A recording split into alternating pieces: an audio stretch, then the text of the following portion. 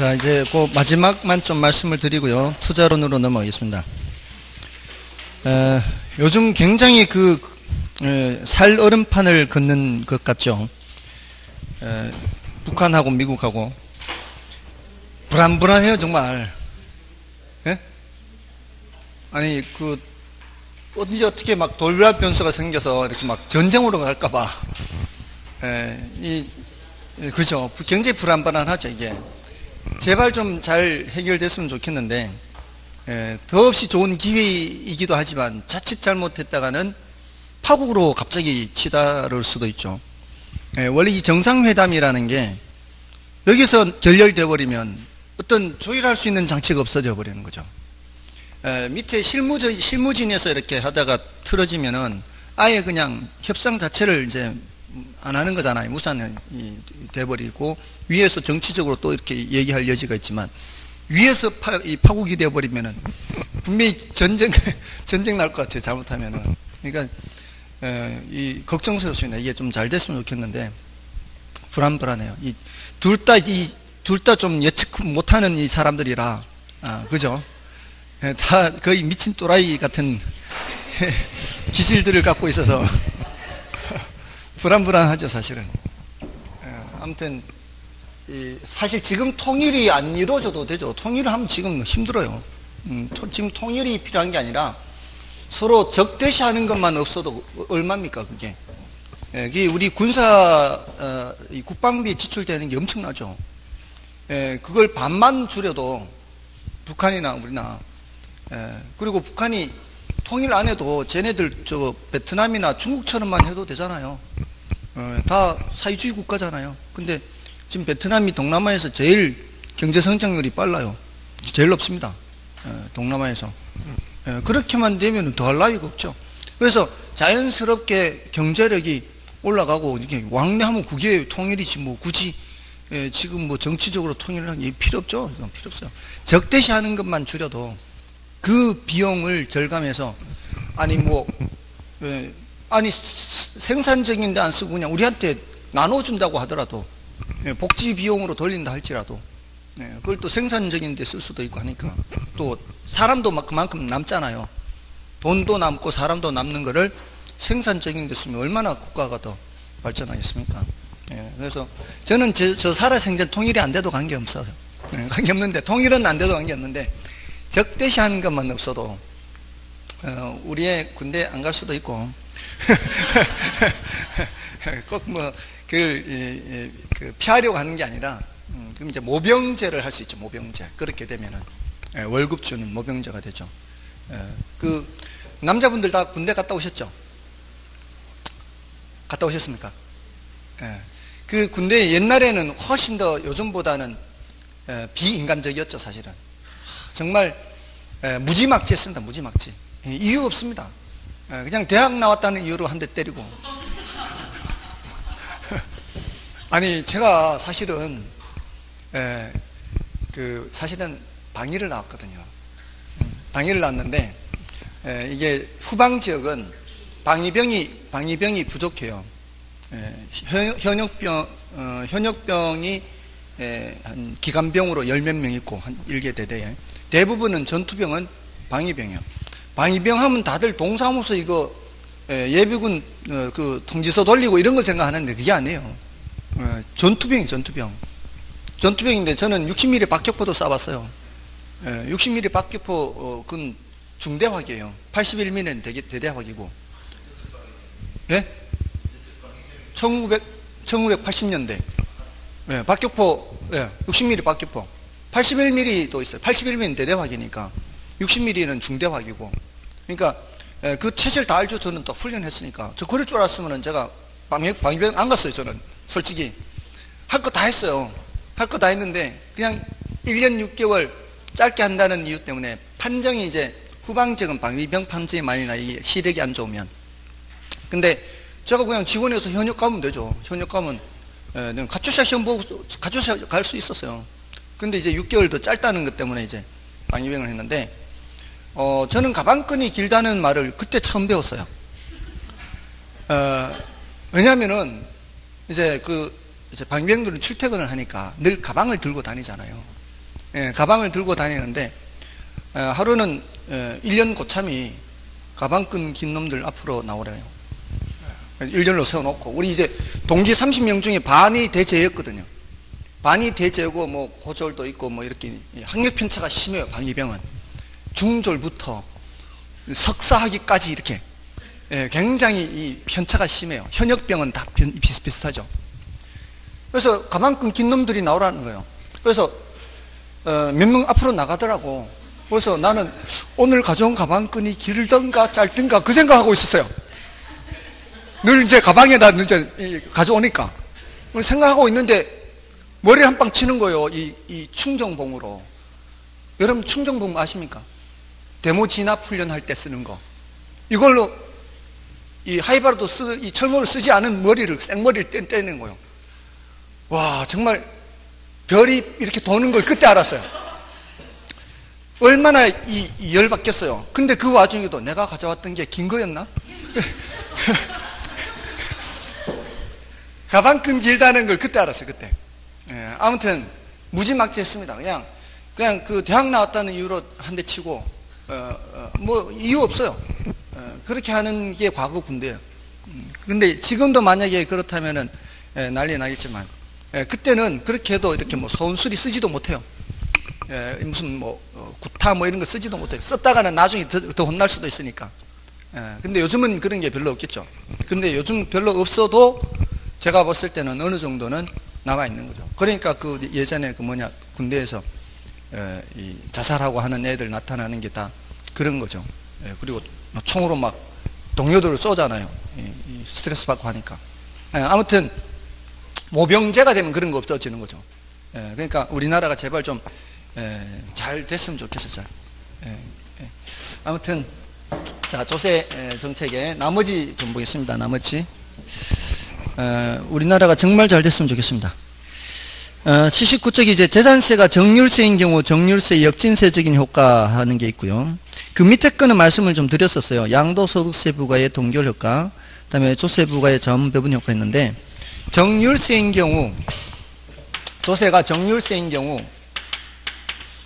역진세적인 효과가 나타날 수 있다. 이것만 좀 설명드리고 지나가겠습니다. 역진세적 효과.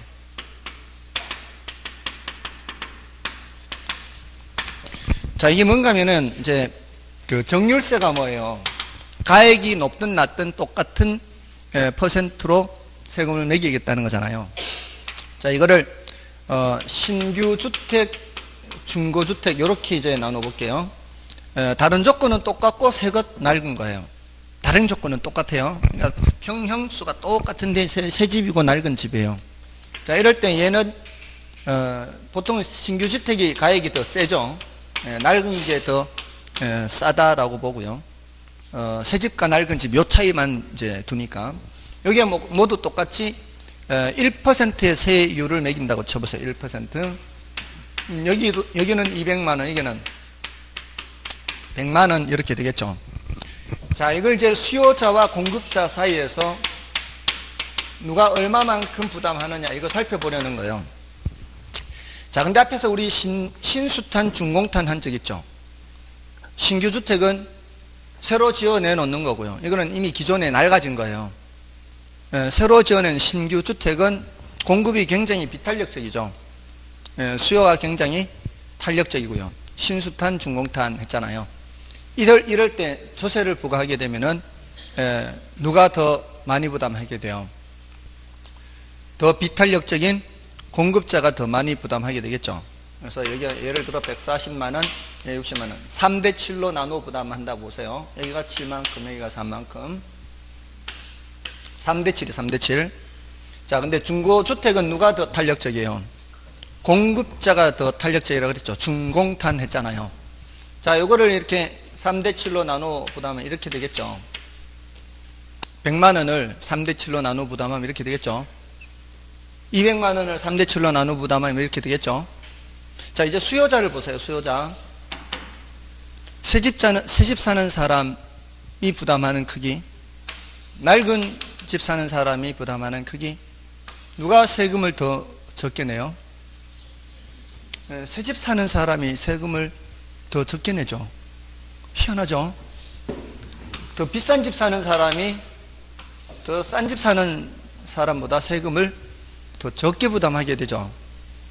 이게 바로 탄력성 때문에 그런 현상이 나타나요. 그래서 탄력성 때문에 신수탄, 중공탄, 이게 신규주택과 중고주택의 탄력성이 서로 다르기 때문에 똑같은 1%로 세금을 매기게 되면은 이런 효과가 나타날 수 있다는 거예요. 물론 이제 3대7이라고 했기 때문에 그래요. 3대7이 아니라 4대6이다 이러면은 또 다를 수 있어요.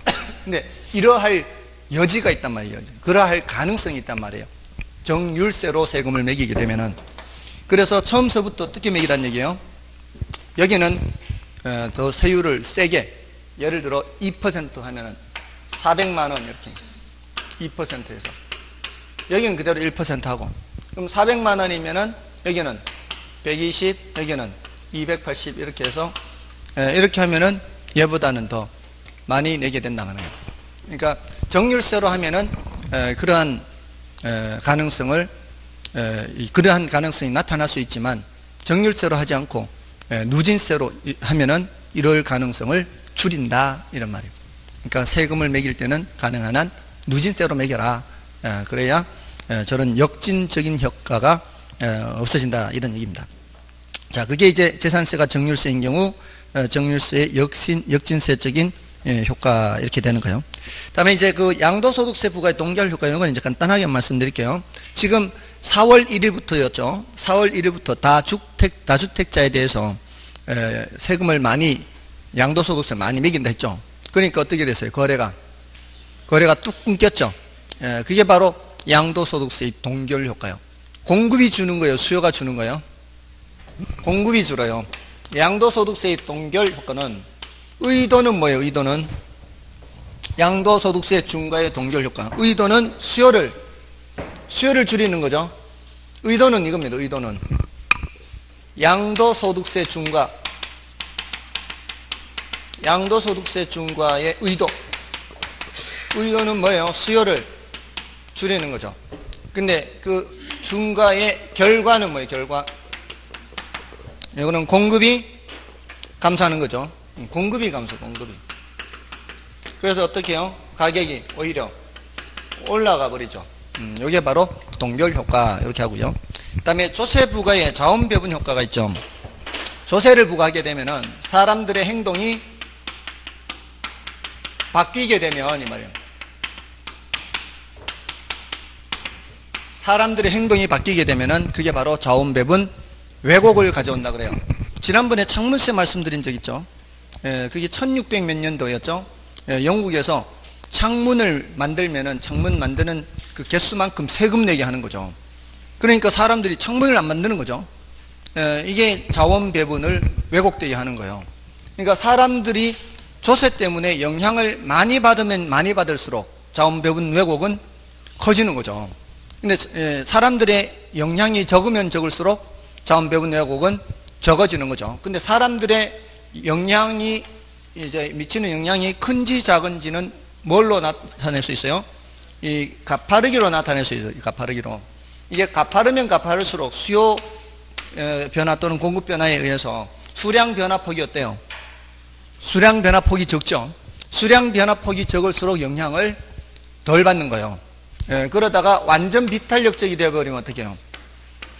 아무리 수요가 변해도 균형량의 변화가 없죠. 균형량의 변화가 없다는 것은 생산의 변화가 없다는 거든, 똑같은 양만큼 생산된다는 것은 자원 배분의 왜곡이 전혀 없다는 거예요. 예전처럼 생산을 한다는 거거든요. 그러니까 완전 비탄력적일 때는 자원 배분 왜곡이 있다 없다? 자원 배분 왜곡이 없다. 비탄력적일수록 자원 배분 왜곡은 크다. 탄력적일수록 자원 배분 왜곡은 적다. 이렇게 보시면 돼요. 그게 이제 그 자원 배분 효과예요. 그건 뭐 다 말씀을 드렸던 거고요. 자, 이제 투자론으로 들어갑니다. 자, 투자론으로 들어가면은 투자론에서는 이제 그 여러 개 주제가 있죠. 지금 정책론에서는 정부의 개입이라는 주제 지난주 했고요. 토지 시장에 개입하는 토지 정책에 여러 가지가 있었죠. 뭐 지역 지구제도 있고 TDR도 했고요. 그다음에 지난주에 토지 비축제도도 했고요. 뭐 개발이익 관수제도, 주택 정책에서는 임대료 규제, 분양가 규제, 그리고 임대료 보조. 임대료 보조 달동네 생각하는 거예요. 달동네에서 수요를 증가시키고 가격 올라가고 여가 현상 나타나고 이런 거 생각하는 거예요. 그리고 공공임대주택 공급. 공공임대주택 공급은 우리가 사는 옆 동네에 공공임대주택을 공급하면 우리가 사는 동네의 임대시장에 어떤 현상이 나타나는지 보는 거 있죠. 맞죠? 그 다음에 이제 조세 기착, 조세 증가, 탄력성 마지막 얘기예요. 탄력적일수록 덜 부담하는 거예요. 그래서 완전 탄력적이면 하나도 부담하지 않고 이렇게 끝나요. 그래서 그런 이제 조세 얘기하고 이제 조세의 이제 자원 배분 효과 또 동결 효과, 양도소득세 중과 동결 효과 이런 내용들을 했어요. 자, 근데 이제 투자론으로 들어오면은 투자론에서는 이제 투자론의 기초에 지렛대 효과가 이제 제일 중요하고요. 위험과 수익이라는 주제가 있죠. 그다음에 포트폴리오라는 게 있고요. 그다음에 화폐 시간 가치라는 게 있고요. 그다음에 이제 현금 수지 측정, 투자 분석 기법 하는 게 있죠.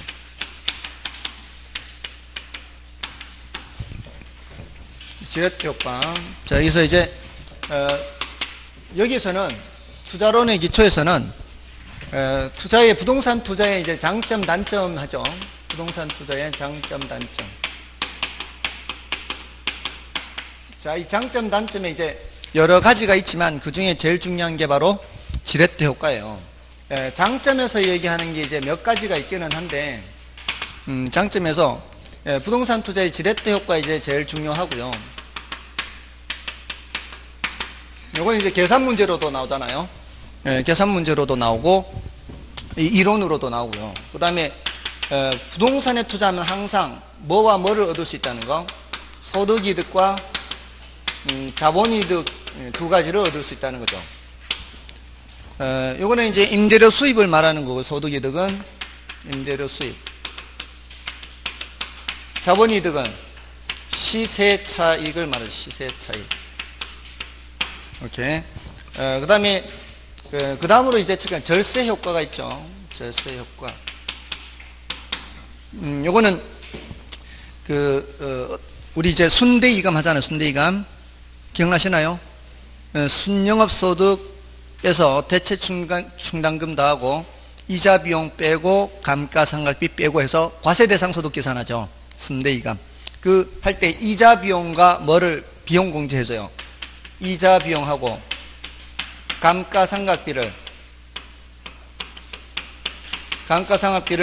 비용 공제하잖아요. 빼주잖아요. 과세대상 소득을 낮춰주죠. 과세대상 소득을 낮추면은 무슨 효과가 나타나는 거예요? 이런 절세 효과가 나타나는 거죠. 그러니까 기억할 거는 한 요 세 가지 정도예요. 뭐 다른 잡다한 것도 있지만 이거는 늘 나오는 얘기죠. 요거는 이제 영속성으로 인해서 나오는 성질이죠. 소득이득, 자본이득 구분하는 거는 무슨 성질? 영속성과 관련돼요. 자, 그 중에서 이제 지렛대 효과죠. 지렛대 효과는 타인 자본을 이용해서 자기 자본 수익을 높이려는 효과죠. 그래서 이자율이 총 자본 수익률보다 낮을 때, 이럴 때는 뭐가 더 커지게 돼요? 지분 수익률, 자기 자본 수익률이 더 커지게 되죠. 요게 우리가 원하는 무슨 지뢰? 정예지뢰죠. 자, 정예지뢰가 나타나는 경우 타인 자본을 많이 사용하면 많이 사용할수록 지분 수익률이 점점 커져요, 작아져요? 점점 커지죠. 근데 부예지뢰의 경우에는 타인 자본을 많이 사용할수록 지분 수익률이 점점 작아지죠. 그런 효과죠. 이건 정예지뢰고요. 다음에 반대로 되면은 이게 부예지뢰죠. 반대가 되면은 부예지뢰. 예외적으로 어떤 지뢰가 있을 수 있죠? 중립적 지뢰, 영예지뢰가 있을 수 있죠. 중립적 지뢰. 똑같을 때죠. 이 세 개 값이. 똑같을 때는 중립적 지뢰입니다. 자, 이게 우리 시험에서 이제 가장 어렵게 표현되는 게 이렇게 출제가 됐어요. 부예지뢰가 나타나는 경우, 여기 부예지뢰가 나타나는 경우, 타인 자본의 사용 비중을 줄여서 정예지뢰로 바꿀 수 있다. 바꿀 수 있어요, 없어요? 바꿀 수 없어요.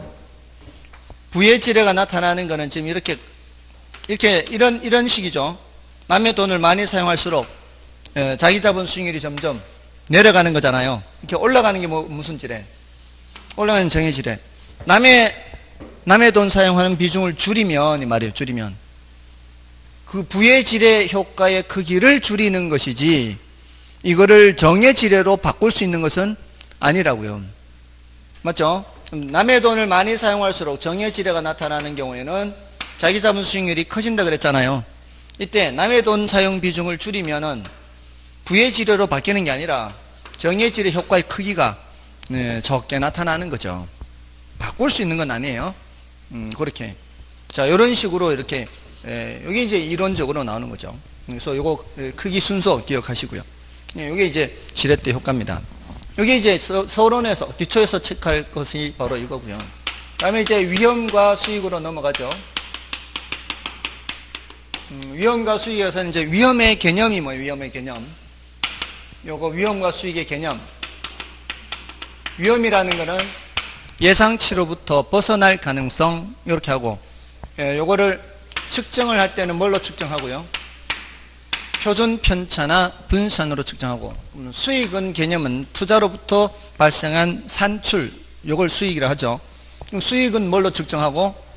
가중평균, 평균으로 측정한다. 이렇게 개념과 측정, 이렇게 하고 일단. 그 다음에 이제 위험의 유형, 위험의 종류 있죠. 위험의 유형. 어떤 것들이 있어요? 사금, 법, 인유 하죠. 이렇게 주제별로 이렇게 개념을 이렇게 물었을 때 이게 나올 수 있도록 정리가 돼 있어야 되죠. 사는 뭐예요? 사는 사업상 위험이고, 금은 금융적 위험, 법은 법적 위험, 인은 인플레 위험, 유는 유동성 위험이에요. 자, 사는 사업상 위험, 금은 금융적 위험, 법은 법적 위험, 인은 인플레 위험, 유는 유동성 위험. 자, 이렇게 인플레.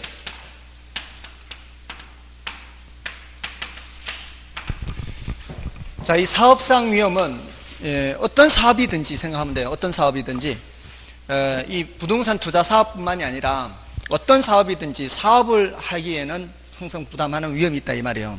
근데 그 위험이라는 게 가장 우리가 신경 쓰는 위험이 장사 안 되는 위험. 그죠? 이게 이제 장사가 잘 돼야 되죠. 뭘 하든 간에. 이게 바로 시장 위험이에요. 그러니까 시장 위험이 제일 중요한 위험이죠. 우리가 무슨 요식업을 하든 중개업을 하든 장사가 잘 된다는 건 그만큼 매출이 돼야 된다는 얘기잖아요. 매출이 안 되면 이거는 꽝인 거죠. 이게 무슨 위험이라고요? 시장 위험이에요. 이게 이제 시장 위험하면, 시장 하면 뭐 생각하라 그랬어요? 수요 공급 생각하라 그랬잖아요. 시장 상황이 안 좋다 이 소리가 수요 공급 상황이 좀 안 좋은 거예요. 이런 거예요. 근데 장사는 잘 돼도 나타날 수 있는 나머지 포괄적 위험을 다 운영 위험, 그래요. 운영 위험. 그 외에 이제 부동산의 이제 위치적 위험. 됐나요? 이 시장 위험, 시장과 관련된 나머지 포괄적인 다 뭐라고 하는 거예요? 운영 위험이에요. 불이 난다거나 직원이 뭐 사고 친다거나 이런 나머지 시장 상황과 관련 없는 나머지는 전부 다 이렇게 보면 돼요. 위치적 위험 빼고 이건 이제 위치와 관련된 거고. 그다음에 금융이 뭐예요? 금융. 요거는 자금 융통이죠. 자금 융통. 남의 돈 사용할 때 나타나는 위험이에요. 요거는 뭐 하고 생각하면 돼요? 요거 부의 지렛대 생각하면 돼요. 부의 지렛대. 남의 돈 사용해서 잘못되어버리는, 이렇게 되면 좋은데 이렇게 되면 꼬라박잖아요. 이렇게. 뭘 생각하라고요? 금융적 위험은 부의 지렛대 효과 생각해요. 남의 돈 사용할 때 나타나는 거. 부의 지렛.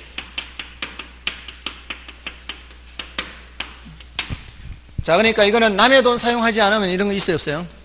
남의 돈 사용하지 않으면 이런 위험 없어요. 뭐도 없어요? 지렛대 효과도 없어요. 이런 것도 없고. 그 다음에 법적 위험은 뭐요? 법 개정과 관련된 거죠. 사업하다가 법 개정 때문에 나타날 수 있는 위험들이 있잖아요. 정부 정책 변화, 법 개정 이런 거예요. 법 개정, 정책 변화 이런 것들. 자, 요 인플레 위험은 사실 여기 부동산 투자의 장점에 이거 말고 뭐도 있기는 해요. 인플레 해지가 있죠. 인플레 해지. 인플레 해지가 뭐예요? 인플레 해지라는 게 인플레가 발생하면은 화폐 가치가 떨어지죠. 해지라는 거는 울타리 생각하는 거예요. 울타리.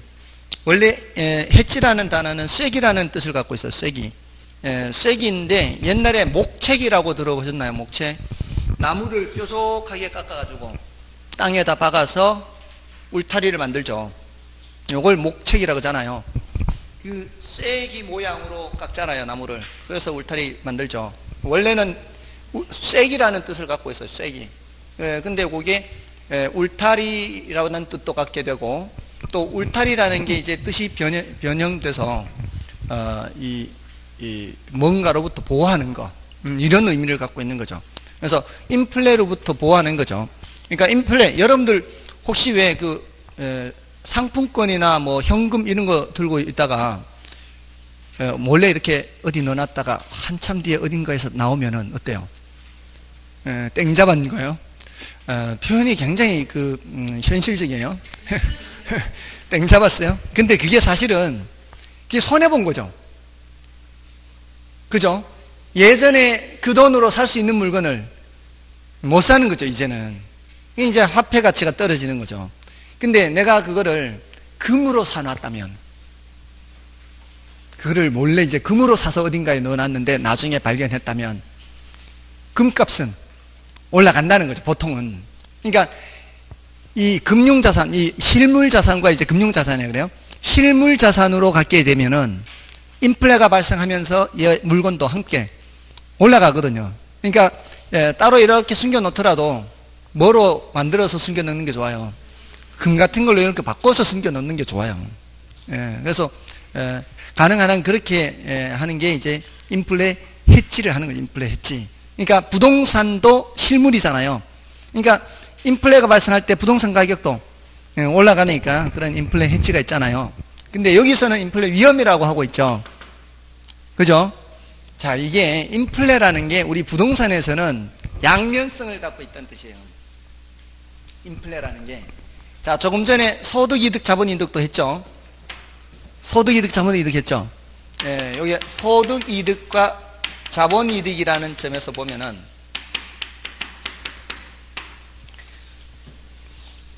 요거는 인플레 해지에서 나오는 말이에요.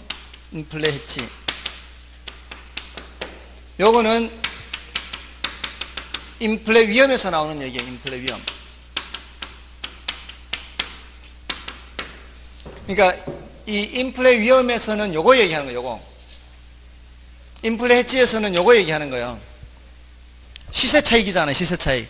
그러니까 인플레가 발생할 때 부동산 가격이 올라가잖아요. 근데 요거는 어때요? 요거는 임대료 수입이잖아요. 보통 우리 임대차 계약할 때 어떻게 해요? 고정 임대료로 하지 않나요? 계약 기간 내내 고정 임대료잖아요. 이제 매달 뭐 예를 들어 임대료 200만 원 받아서 생활하는데 인플레가 발생하면 이 말이에요. 200만 원 가지고 생활하기가 점점 힘들어지잖아요. 그게 바로 뭐예요? 임대료의 실질 가치가 내려가는 거죠. 그게 바로 무슨 위험? 인플레 위험이에요. 이거 이제 임대료의 실질 가치 하락이죠. 이거 임대료 실질 가치 하락. 이렇게. 이거 얘기하는 거예요. 그러니까 양면성이 있는 거예요. 인플레라는 게 우리 부동산 투자에서는 소득이득이라는 점에서는 부정적이에요. 무슨 임대차 계약일 때? 고정 임대차 계약일 때. 근데 대부분은 고정 임대차니까. 임대료라는 측면에서는 인플레가 부정적인데 어떤 측면에서는 긍정적이라고요? 자본이득이라는 점에서는 긍정적이죠. 인플레가 발생하면 부동산 가격이 올라가니까.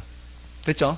그러니까 부정적인 면과 저기 인플레 해지, 긍정적인 면이 인플레이션이 동시에 존재하는 거죠. 부동산 투자에. 그다음에 유동성 위험. 이게 이제 황금성이 떨어지는 거죠. 이건 뭐 됐고요. 사금법인유 이렇게 하면 되고 이제 위험에 유행했어요. 그 다음에 이제 위험과 관련해서 이제 할 수 있는 얘기가 위험에 대한 태도가 있죠. 위험과 관련해서 이제 전부 다 정리하면 되는 거예요. 위험에 대한 태도. 위험에 대한 태도에서 위험 회피형이 있고 뭐가 있고 위험 추구형이 있고 위험 중립형이 있고 대부분의 사람들은 어떤 사람들? 위험 회피형. 위험 회피형은 동일한 위험일 때 어떤 걸 선택하는 사람? 위험이 작은 걸 선택하는 사람. 동일한 수익일 때는 위험이 큰 거 선택하고, 동일한 수익일 때 위험이 작은 거 선택하고, 동일한 위험일 때는 수익이 큰 거 선택하는 사람이 위험 회피형이잖아요. 그러니까 이런 식으로 생각하면 죠. 동일한 수익일 때 어떻게 하고, 위험이 작은 사람, 동일한 위험일 때는 수익이 큰 거, 이때는 이제 위험이 작은 걸 선택하는 거, 이때는 수익이 큰 걸 선택하는 사람들. 자, 이렇게 행동하는 게 이제 우리 평균 분산 결정법에서도 이렇게 행동하죠.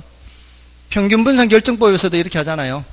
동일한 평균일 때는 뭐를 선택하고, 분산이 작은 거 선택하고, 동일한 분산일 때는 평균이 큰 거 선택하고, 이제 평균과 분산 또는 평균과 표준 편차로 이 수익과 위험을 측정하니까요. 이런 사람들은 어떤 사람들? 동일한 수익일 때 위험이 큰 거 선택하는 사람, 위험 추구형. 위험 중립형은 수익이 동일하다면 위험의 크기는 따지지 않는 사람들. 이 사람들은 위험이 큰지 작은지를 안 따지고 뭐만 보는 거예요. 수익만 보는 거예요. 수익만. 그러니까 위험 중립이에요. 위험을 안 보는 사람들. 됐나요? 자, 이렇게 해서 위험에 대한 태도 이렇게 했고, 대부분은 어떤 사람들? 위험 회피형이란 말이에요. 그래서 우리는 특별한 언급이 없으면 위험 회피형을 전제로 얘기를 하는 겁니다. 됐죠? 자, 이런 내용들이 지금 말씀드린 게 어디까지예요? 85쪽까지 말씀드렸죠. 그죠? 그 다음에 이제 수익률이죠. 수익률. 자, 그러니까 정리를 하실 때 지렛대 효과하고 이제 위험에 대해서 쭉 하면 되잖아요. 위험의 유형이 뭐가 있고, 위험에 대한 태도가 어떤 게 있고, 자, 이런 식으로. 그 다음에는 이제 수익률을 정리하는 거죠. 위험과 수익 요 단원에서. 자, 그 다음에는 위험과 수익 관계를 정리하면 돼요. 그러니까 위험에 대해서 정리, 수익에 대해서 정리, 그 다음에 위험과 수익 관계 또는 위험 관리 기법 있죠. 그런 것들. 자, 그럼 이제 위험 관리 기법까지 한번 다 정리해 볼까요? 수익 가기 전에. 위험 관리 기법은 뒤에 있는데 이걸 먼저 좀 해볼게요. 위험을 나오는 대로 다 해볼 테니까. 수익은 괄호 3번이고요. 넘어가시면은 괄호 5번에 있죠. 위험 관리 방법. 89쪽이 있어요. 자, 이런 위험은 가능한 한 부담하지 않는 게 좋잖아요. 가능한 한 부담하지 않는 게 좋은데, 둘씩 짝을 지어서 기억하시라 그랬죠. 하나는 아예 내가 위험을 부담하지 않는 방법 있죠. 위험을 부담하지 않는 방법은 처음서부터 내가 부담하지 않는 게 있고요. 내가 부담할 위험을 상대방한테 떠넘기는 방법도 내가 부담하지 않는 거죠. 그래서 처음 아예 위험한 투자를 제외하는 방법이 있죠. 이거는 국공채 같은 거, 정기예금 이런 거 하면 돼요. 정기예금 이런 것들. 이거는 이제 수익도 적은 단점이 있죠. 무위험률 이런 거니까. 다음에 위험 증가가 있죠. 요거 괜찮다 그랬죠. 요거. 자, 근데 위험 증가가 일방적으로 그렇게 하면은 주는 게 있으면은 받는 게 있고, 받는 게 있으면 주는 게 있죠. 그게 이제 기브 앤 테이크죠. 예를 들어서 이 경제적 강자가 주로 경제적 약자에게 증가를 하는 거죠. 대출자와 차입자 중에 누가 강자예요? 대출자가 강자잖아요. 그러니까 금리 변동 위험을 차입자에게 떠넘기는 거죠. 무슨 금리? 변동금리. 대신 금리를 낮춰줘야죠. 낮춰줘야지. 금리를 대신 낮춰줘야. 뭐보다? 고정금리보다. 이런 식으로. 또 인플레에 연동해서 임대차익. 아까 소득이득, 고정임대료의 경우에는 인플레가 발생하면은 임대료 실질 가치가 낮아진다 그랬잖아요. 이럴 때 임대인과 임차인 사이에서 누가 경제적 강자? 임대인이 경제적 강자죠. 임대인이 임차인에게 인플레에 연동시켜서 임대차익을 맺는 거죠. 그러면은 임차인에게 인플레 위험을 증가시키는 거죠. 근데 이게 그렇게 쉽지 않죠. 그렇게 한다 보면은 이 임차인 입장에서는 선택의 여지가 많으면 다른 데로 가버릴 거니까, 선택의 여지가 많을 때 얘기해요. 선택의 여지가 적으면 어떻게 해야지? 어떻게 선택의 여지가 적으면 이것도 이제 탄력성과 관련되죠. 탄력성 이런 것도 마찬가지예요. 그래서 선택의 여지가 없다면은 인플레 연동 임대차 계약을 맺을 수도 있는 거죠. 또는 보험에 가입하는 거 있죠. 보험에 가입하면은 사고 나더라도 보험사가 비용을 지불해야 되니까 대신 뭐는 줘야 되고 보험료는 줘야 되고, 그러니까 일방적으로 받기만 하는 건 없다 이 말이에요. 주고 받는 게 있다는 거죠. 자, 아무튼 그 여러 가지죠. 인플레 위험을 임차인에게 떠넘기는 거, 임대인과 임차인, 여기서 또 대출자, 차입자,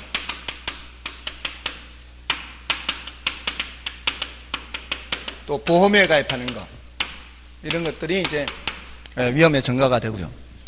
그 다음에 두 가지는 뭔가 하면은 대칭적이라고 그랬어요. 하나는 기대 수익률을 낮춰 잡는 방법이고, 다른 하나는 요구 수익률을 높여 잡는 방법이에요. 그러니까 하나는 보수적 예측이라고 표현해요. 보수적 예측은 가능한 한 수익을 낮춰 잡는 거예요. 기대 수익률을 하향 조정하는 거죠. 그러니까 예상되는 수익은 가능한 한 낮춰 잡고요, 비용은 가능한 한 높게 잡아요. 그래서 예상 수익률을 낮춰 잡는 방법이에요. 이거 그렇게 바람직한 방법은 아닌 방법이에요.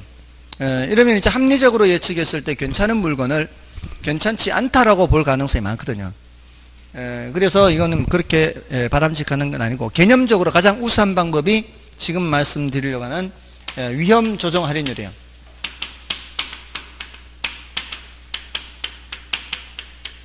위험으로 조정된 율을 할인율로 사용하겠다는 거죠. 요거는 요구 수익률을 높여 잡는 방법이에요. 요구 수익률 높여. 이것은 이제 위험한 거를 현재 가치로 바꿀 때, 이제 보통 우리가 이제 투자라는 건 위험한 데 하는 거잖아요. 위험한 데 하는 게 투자인데, 위험의 정도에 따라서 할인의 정도를 달리하겠다는 거죠. 위험이 크면 클수록 할인을 많이 하겠다, 적게 하겠다. 많이 하겠다. 그래서 현재 가치를 낮춰 잡겠다는 얘기예요. 그래서 그렇게 낮춰 잡았는데도 불구하고 내 주머니에서 나가는 돈보다 들어오는 돈이 많게 계산될 때는 그땐 하겠다는 얘기거든요. 내가 내 주머니에서 나가는 돈은 확실한 돈이 나가는 거 아니에요. 근데 들어오는 돈은 불확실한 거 아니에요.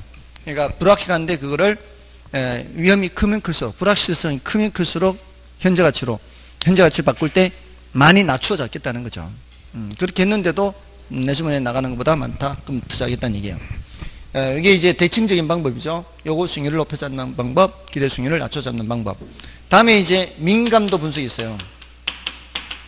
민감도 분석이라는 것은 투자의 결과치에 미치는 여러 투입 요소들 중에서 어느 한 요소가 변할 때 결과치가 많이 변하는지 적게 변하는지, 요거 민감한 정도를 보는 거예요. 그 민감한 정도가 크면 클수록 위험도가 크고 작을수록 위험이 작다, 이렇게 보는 거죠. 그래서 그 민감도가 큰 요소가 뭔지를 봐서 그걸 집중적으로 관리하겠다 그랬어요. 지난번에는 요거 임대료라든가 또는 공실이라든가 무슨 영업 경비라든가 이런 것들이 어디에 영향을 미쳐요? 결과치에 영향 미치죠. 그 결과치가 수년가나 우리가 계산하는 수년가나 내부 수익률 이런 거예요. 자, 그 결과치에 영향을 크게 미치면 크게 미칠수록 그거는 위험이 크다, 이렇게 보죠. 이런 것들 뭐라고 한다 그랬어요? 투입 요소라고 그래요. 모형의 투입 요소. 모형의 투입 요소가 변할 때 결과치가 얼마나 민감하게 변하느냐, 이거 살펴보는 게 무슨 개념이다? 민감도 분석이다. 예를 들어 공실률이 1% 바뀔 때 결과치가 2% 바뀌고, 임대료가 바뀔 때 결과치가 3% 바뀐다 그러면 뭐가 더 영향을 미치는 거예요? 임대료가 더 영향을 미치는 거죠. 그래서 임대료 수준을 적정 수준으로 유지하는 것이 중요한 거죠. 그래서 함부로 임대료 깎아주면 안 되는 것 때는, 함부로 임대료 깎아줬다가는 결과치에 미치는 영향이 크기 때문에 차라리 공실로 남겨놓고 임대료는 그대로 유지하는 게 나을 수도 있고, 자, 이런 이제 의사결정을 미리 이제 이 분석을 통해서 해보는 거죠. 자, 이게 이제 민감도 분석이고, 그 다음에 포트폴리오 있죠. 포트폴리오는 이거는 분산 투자죠. 이거는 이제 단원을 따로 해서 공부하죠. 분산 투자에서 위험을 어떻게 해요? 위험을 줄이는 겁니다. 자, 이런 식으로 위험관리기법을 둘둘둘씩 이렇게 짝을 지어서 기억하시면 되죠. 위험을 내가 부담하지 않는 방법, 그리고 기대 수익률 낮춰 잡는 거, 요구 수익률 높여 잡는 거, 그 다음에 민감도 분석, 포트폴리오. 포트폴리오는 워낙 주제가 커서 따로 단원을 따로 해서 설명을 해야 되죠. 자, 요렇고요. 다음에 이제 수익률 있죠. 수익률. 수익률이 지금 괄호 3번이죠. 괄호 3번하고 괄호 4번 남았어요. 지금 괄호 총 몇 번까지 있어요. 이게 5번까지 있잖아요. 괄호 5번까지 있는데 지금 괄호 3번, 괄호 4번이 괄호 3번은 이제 수익률에 대한 거고, 괄호 4번은 위험 수익 관계죠. 지금 괄호 1번, 2번, 5번 한 거죠. 괄호 1번, 2번, 5번 했어요. 그래서 요거 괄호 3번, 4번은 좀 쉬고 할까요? 좀 쉬고 있습니다.